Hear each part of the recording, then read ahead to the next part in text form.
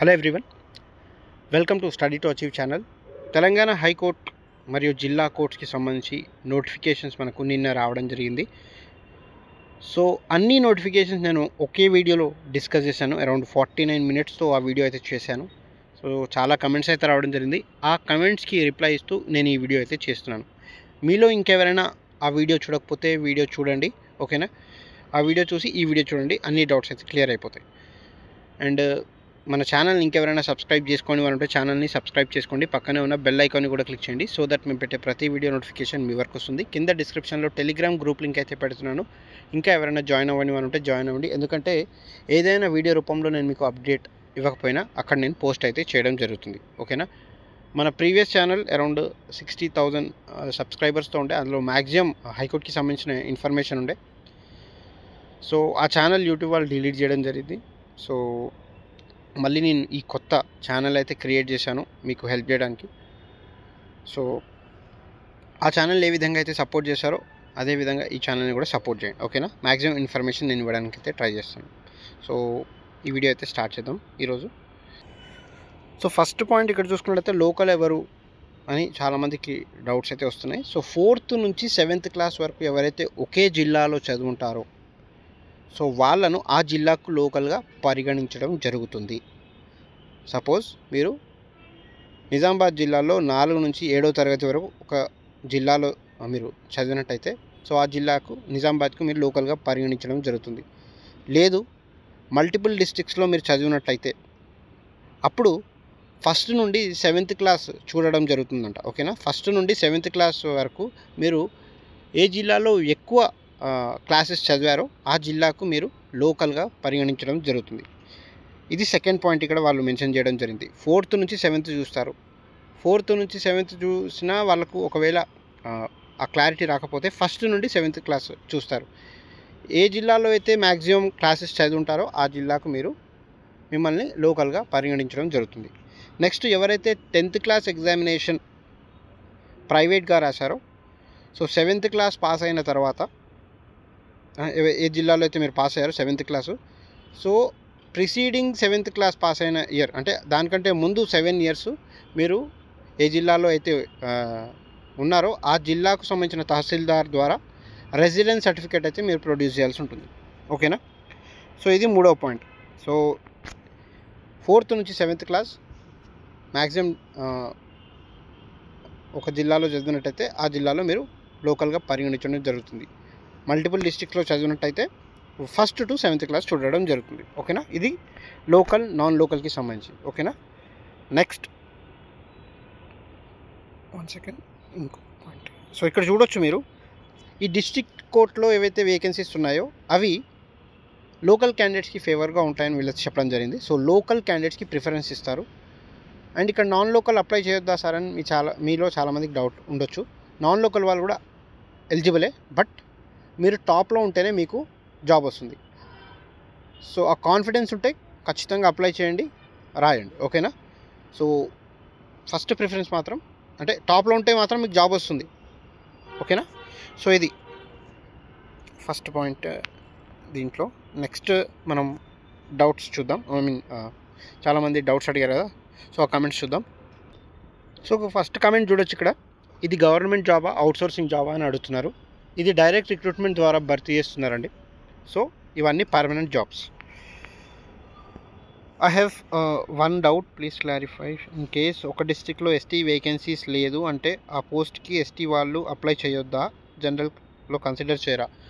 So ఇక్కడ చూడండి, suppose ఒక జిల్లాలో ఓన్లీ ఎస్టీ వేకెన్సీస్ మాత్రమే ఉన్నాయి. సపోజ్ ఒక రంగారెడ్డి జిల్లాలో చూసుకుందాం. రంగారెడ్డి జిల్లాలో అంటే ఇది జస్ట్ డౌట్, ఒక ఎగ్జాంపుల్గా తీసుకుంటున్నాను. రంగారెడ్డి జిల్లాలో ఏదో ఒక పోస్టు రికార్డ్ అసిస్టెంట్ పోస్టే అనుకోండి, ఓకేనా? రికార్డ్ అసిస్టెంట్ పోస్ట్లో ఓన్లీ ఎస్టీ వేకెన్సీసే ఉన్నాయి అనుకోండి. అందులో 2 వేకెన్సీస్ ఉన్నాయి. సో ఈ 2 వేకెన్సీస్, ఈ ఎస్టీ వేకెన్సీస్ ఏవైతే ఉన్నాయో అవి ఓన్లీ ఎస్టీ అభ్యర్థులు మాత్రమే అప్లై చేసుకోవాలి. ఇతర కేటగిరీ అభ్యర్థులకు అక్కడ ఛాన్స్ అయితే లేదు, ఓకేనా? ఒకవేళ ఇతర జిల్లాలో తీసుకుందాం, సేమ్ పోస్ట్కి ఇతర జిల్లాలో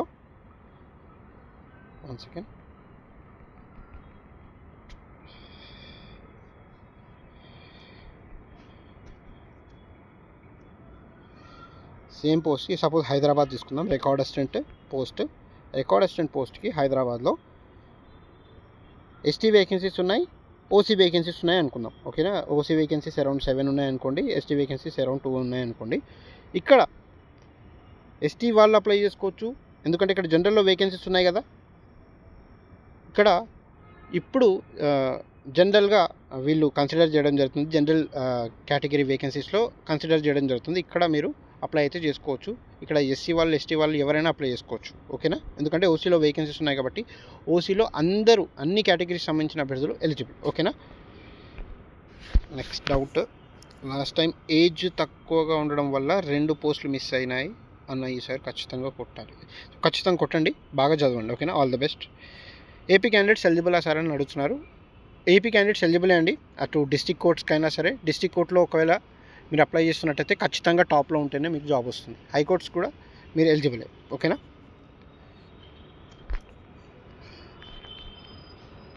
అన్ని పోస్ట్కి ఒకే అప్లికేషనా, దానికి సపరేట్గా చేసుకోవాలని అడుగుతున్నారు. సో ఈ కామెంట్కి క్లారిఫికేషన్ రావాలంటే ఖచ్చితంగా మీరు అప్లికేషన్ లింక్ మనకు యాక్టివ్ అయ్యే వరకు వెయిట్ చేయండి. ఎందుకంటే అప్లికేషన్ ప్రాసెస్ ఒకటే ఉంటుంది, కానీ మీరు మల్టిపుల్ పోస్టులకు అప్లై చేసుకున్నట్టయితే ప్రతి ఒక్క పోస్ట్కి ప్రతి ఒక్క జిల్లాలో మీరు సపరేట్గా ఫీజు అయితే కట్టాల్సి ఉంటుంది. సో మ్యాక్సిమం నాకు తెలిసి నేను చెప్పింది మీకు అర్థం కాకపోయి ఉండొచ్చు. నేను 1 టైం రిజిస్ట్రేషన్ స్టార్ట్ అయిన తర్వాత మీకు ఒక క్లారిటీ అయితే వస్తుంది. ఓకేనా, అప్లికేషన్ ఒకటేసారి చేసుకుంటారు, కానీ మీరు ఏ జిల్లాలో ఏ పోస్టులకు అప్లై చేస్తున్నారో సో వాటికి సపరేట్గా ఫీజు అయితే కట్టాల్సి ఉంటుంది. ఓకేనా అన్న, అప్లికేషన్ ప్రాసెస్ చేయండి, ఖచ్చితంగా లింక్ యాక్టివ్ అయితే చేస్తాను.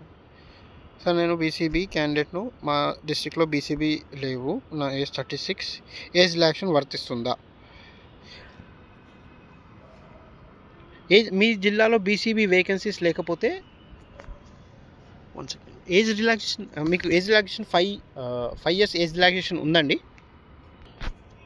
ఏజ్ రిలాక్సేషన్ మీకు వర్తిస్తుంది. ఓకేనా, కానీ మీ డిస్ట్రిక్ట్లో వేకెన్సీస్ లేవు అంటున్నారు కాబట్టి సో వేరే పోస్ట్ ఏవైనా ఉంటే మీరు అప్లై చేసుకోండి. ఓకేనా, 18 to 34 years వాళ్ళు చెప్పడం జరిగింది. ఏజ్ రిలాక్సేషన్ 5 years ఉంది.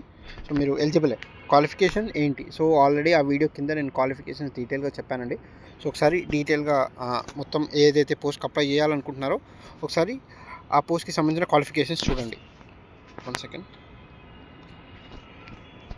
ఇన్ కేస్ ఓన్ డిస్ట్రిక్ట్ కాకుండా అదర్ డిస్ట్రిక్ట్లో చేస్తే నాన్ లోకల్ కింద వర్తిస్తారా? ఎస్ అండి. ఒకవేళ మీరు ఇతర జిల్లాలకు సంబంధించి మీరు అప్లై చేస్తున్నట్టయితే మీరు నాన్ లోకల్గా పరిగణించడం జరుగుతుంది. సో నేను బీఫార్మసీ చేశాను అంటే సైన్స్ కదా, మరి నేను ఎలిజిబుల్? మీరు ఎలిజిబుల్ అండి. హైకోర్టు పోస్టుల గురించి అడుగుతున్నారు, మీరు ఎలిజిబుల్. ఏ డిస్ట్రిక్ట్ వాళ్ళు ఆ డిస్ట్రిక్ట్లో మాత్రమే చేయాలా లేదా వేరే డిస్ట్రిక్ట్లో అయినా చేయొచ్చా? వేరే డిస్ట్రిక్ట్లో కూడా చేయొచ్చు, కానీ మీరు టాప్లో ఉంటారు అనే కాన్ఫిడెన్స్ ఉంటే అప్లై చేయండి. ఓకేనా, ఎందుకంటే మెరిట్లో ఉంటేనే జాబ్ వస్తుంది. అది కూడా జనరల్ కేటగిరీలో మీరు ఫైట్ చేస్తారు కాబట్టి అక్కడ ఎన్ని వేకెన్సీస్ ఉన్నాయి అండ్ టాప్లో ఉంటాను అనే కాన్ఫిడెన్స్ ఉంటే అప్లై చేయండి, ఎందుకంటే ఫీజు అనేది తక్కువ లేదండి. ఓకేనా, ఒక్క డిస్ట్రిక్ట్ వాళ్ళు వేరే డిస్ట్రిక్ట్ అప్లై చేసుకోవచ్చు అండి. ఆంధ్రప్రదేశ్ వాళ్ళు కూడా అప్లై చేసుకోవచ్చు. జిఎస్ సిలబస్ ఖచ్చితంగా సిలబస్ వీడియో నేను చేస్తాను, వెయిట్ చేయండి. ఓకేనా అన్న, నేను డిగ్రీ కంప్లీట్, నేను 10th బేస్డ్లో అప్లికేషన్ చేయొచ్చా? లేదండి, 10th క్లాస్ అంటే ప్రాసెస్ సర్వర్ పోస్ట్కి మీరు అప్లై చేసుకోవచ్చు. ఓకేనా, డిగ్రీ చేస్తున్నారు కాబట్టి ఇంటర్మీడియట్ వేకెన్సీస్ కూడా ఉన్నాయి, సో వాటికి మీరు ఎలిజిబులే. కానీ ఒక పోస్ట్ ఉంది, ఆఫీస్ సబార్డినేట్ పోస్ట్. ఆ పోస్ట్కి మాత్రం 7th క్లాస్ నుండి 10th క్లాస్ అంటే 10th క్లాస్ పాస్ అయిన అభ్యర్థులు మాత్రమే, I mean 7th to 10th class వాళ్ళు మాత్రమే ఎలిజిబుల్. 10th పాస్ అయినా సరే మీరు అప్లై చేసుకోవచ్చు.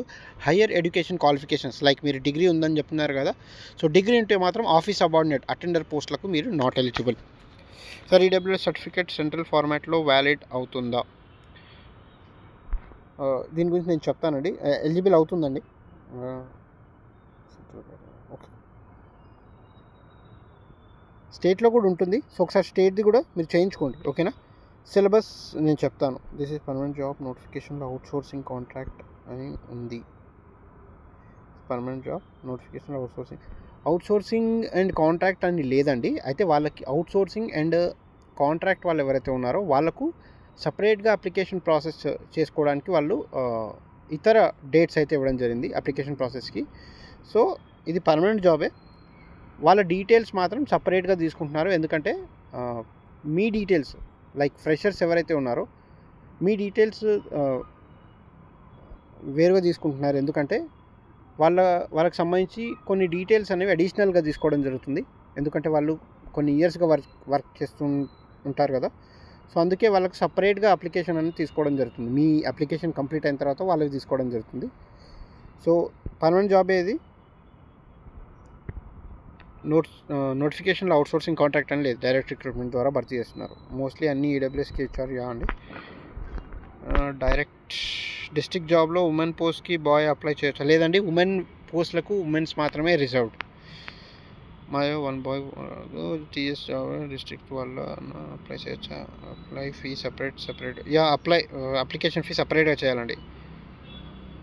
అప్లై చేసుకోవచ్చు ఇతర జిల్లాలో, కానీ మెరిట్లో ఉంటేనే జాబ్ వస్తుంది. అన్ని పోస్ట్కి ఒకేసారి ఫీజు పే చేయాలా, లేదంటే ప్రతి పోస్ట్కి సపరేట్గా చేయాలండి. ఓకేనా, అప్లికేషన్ ఒకటే చేస్తారు, కానీ ప్రతి పోస్ట్కి సపరేట్గా ఫీజు అయితే కట్టాలి.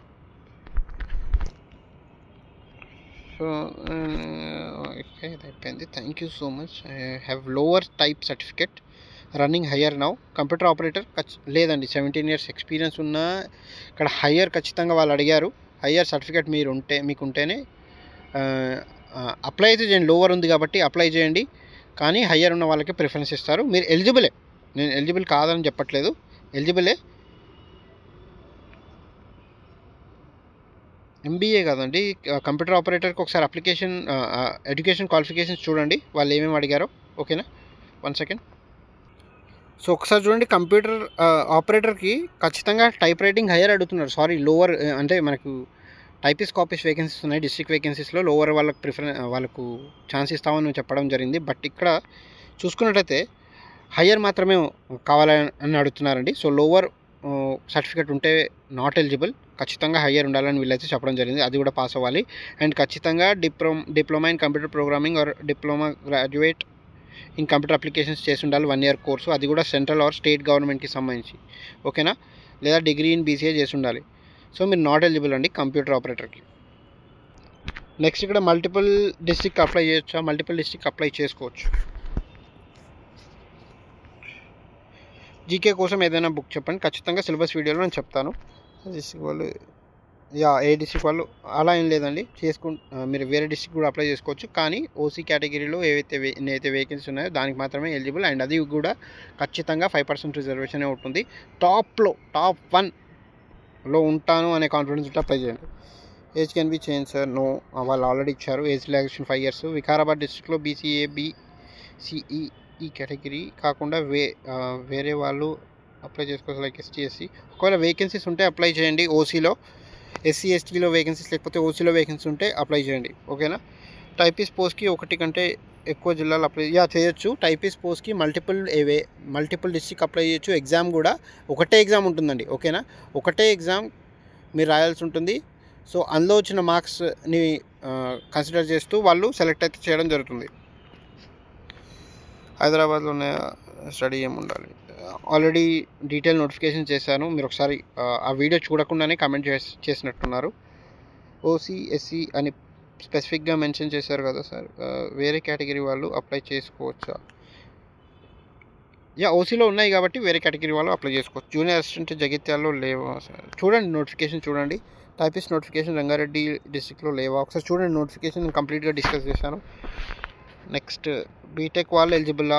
సిస్టమ్ అసిస్టెంట్కి ఎలిజిబుల్ అండి. ఎగ్జామినర్ అంటే హైకోర్టు వేకెన్సీస్కి బీటెక్ వాళ్ళకి వాళ్ళు ఓన్లీ సిస్టమ్ అసిస్టెంట్ పోస్ట్ మాత్రమే ఎలిజిబుల్ ఇచ్చారు. అదేవిధంగా మనకు డిస్ట్రిక్ట్ పోస్ట్ ఉన్నాయి కదా డిస్ట్రిక్ట్ కోర్టులో. సో ఆ వేకెన్సీస్కి బీటెక్ వాళ్ళు అప్లై చేసుకోవచ్చు. కానీ ఇక్కడ హైకోర్టు పోస్టులలో ఓన్లీ సిస్టమ్ అసిస్టెంట్ మాత్రమే ఉంది ఎలిజిబిలిటీ క్రైటీరియా.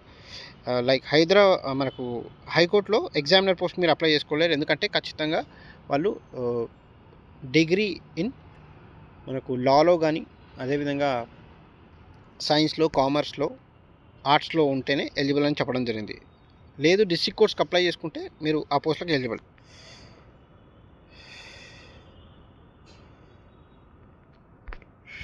సో ఇవి కంప్లీట్గా అన్ని కమెంట్స్కి సంబంధించిన రిప్లైస్.